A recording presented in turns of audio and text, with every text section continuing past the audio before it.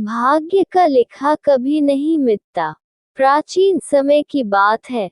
किसी गांव में एक ज्ञानी पंडित रहता था। उस पंडित का एक दोस्त दूसरे गांव में रहता था और वह जन्म से ही लंगड़ा और गूंगा था। एक दिन पंडित अपने उस दोस्त से मिलने के लिए घर से निकला। उसके दोस्त का गांव वहां से काफी दूर था। वह ज्ञानी पंडित रास्ते में जा ही रहा था कि उसे अचानक एक आदमी मिला। वह आदमी भी उस पंडित के साथ साथ चलने लगा। पंडित ने भी सोचा कि रास्ता बहुत लंबा है। इस आदमी के साथ बातें करते करते रास्ता आसानी से कट जाएगा। ज्ञानी पंडित ने उस आदमी से उसका नाम पूछा तो उस आदमी ने अपना नाम महाकाल बताया। अब पंडित और महाकाल दोनों साथ साथ चल रहे थे कि रास्ते में एक दूसरा गांव आया। तब महाकाल ने उस पंडित से कहा कि तुम आगे चलो। मुझे इस गांव में एक पहचान वाले से थोड़ा सा काम है। मैं काम खत्म करके अभी आता हूँ। थोड़ी ही देर में गांव में एक भैंस ने एक आदमी को मार दिया और यह खबर पूरे गांव में फैल गई।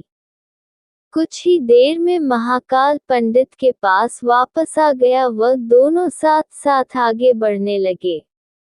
थोड़ी दूर जाने पर रास्ते में एक और गांव आया तो महाकाल उस पंडित से बोला कि इस गांव में थोड़ा सा काम है। तुम चलो, मैं काम खत्म करके आता हूँ। उस आदमी के जाने के कुछ ही समय के पश्चात उस गांव में आग लग गई। वह पंडित अब सोचने लगा कि यह आदमी जहां जहां जाता है वहां पर कोई ना कोई बुरी घटना जरूर घटती है। उस पंडित ने महाकाल से पूछ ही लिया कि भाई तुम कौन हो?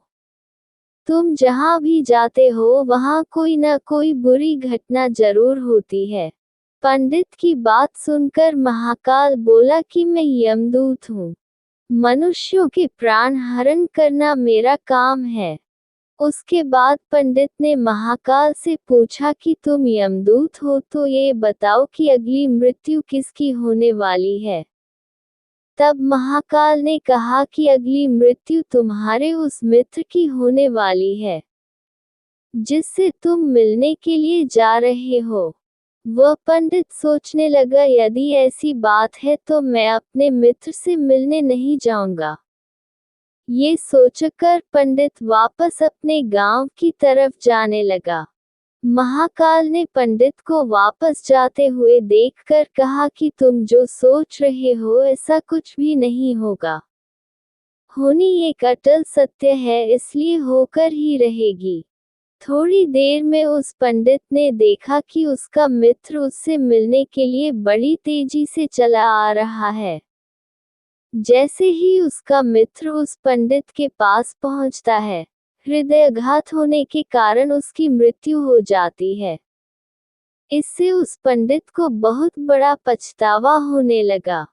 वह पंडित उस महाकाल से पूछता है, अच्छा तुम ये बताओ कि मेरी मृत्यु कब और कैसे होगी? तब महाकाल ने कहा कि तुम्हारी मृत्यु ठीक 6 महीने बाद दूसरे राज्य में फांसी लगने से होगी। पंडित यह बात सुनकर घबरा गया और वह जल्दी से अपने घर पहुंचा और सीधे अपने राज्य के राजा के पास गया और राजा को सारी बात बता दी। तब राजा ने सभी मंत्रियों को बुलाया और इस समस्या का हल पूछा। सभी ने सोचने के बाद ये हल निकाला कि वह पंडित इसी राजमहल में 6 महीने तक रहेगा। राजा ने पंडित के लिए राजमहल में ही रहने की व्यवस्था करवा दी। धीरे धीरे समय बीतता गया। उस पंडित को नींद में चलने की बीमारी थी और यह बात उस पंडित को मालूम भी नहीं थी।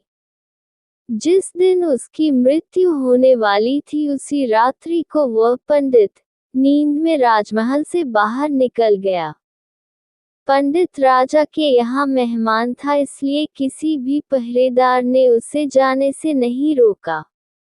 वह पंडित राजमहल से निकलकर दूसरे राज्य के राजमहल में जाकर राजा के शयन कक्ष में राजा और रानी दोनों के बीच में जाकर सो गया।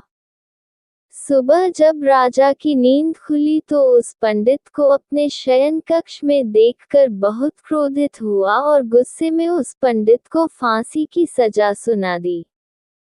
तब पंडित ने उस राजा को सारी कहानी सुना डाली। पंडित की बातों पर राजा को विश्वास नहीं आया। उसकी बातों की सच्चाई जानने के लिए राजा ने अपना एक गुप्तचर अपने पड़ोसी राजा के पास भेजा। गुप्तचर ने वापस आकर पंडित की बातों पर सच की मुहर लगा दी। ये सुनकर उस राजा को अपने दिए दंड पर बहुत पछतावा हुआ। लेकिन उस राज्य का एक नियम था कि एक बार राजा जो सजा सुना दे अभी उसको बदला नहीं जा सकता।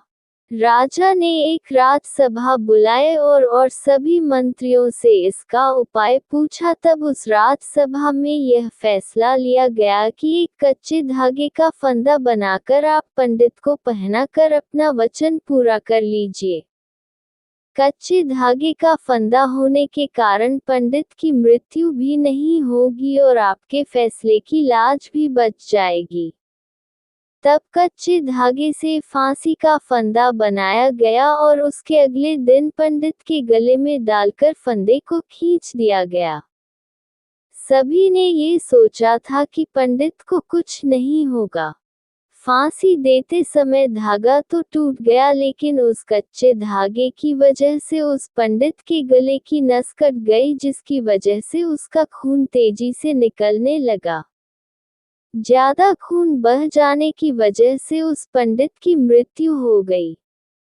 शिक्षा इस कहानी से हमें मिलती है कि मृत्यु एक अटल सत्य है। मृत्यु से कभी घबराना नहीं चाहिए।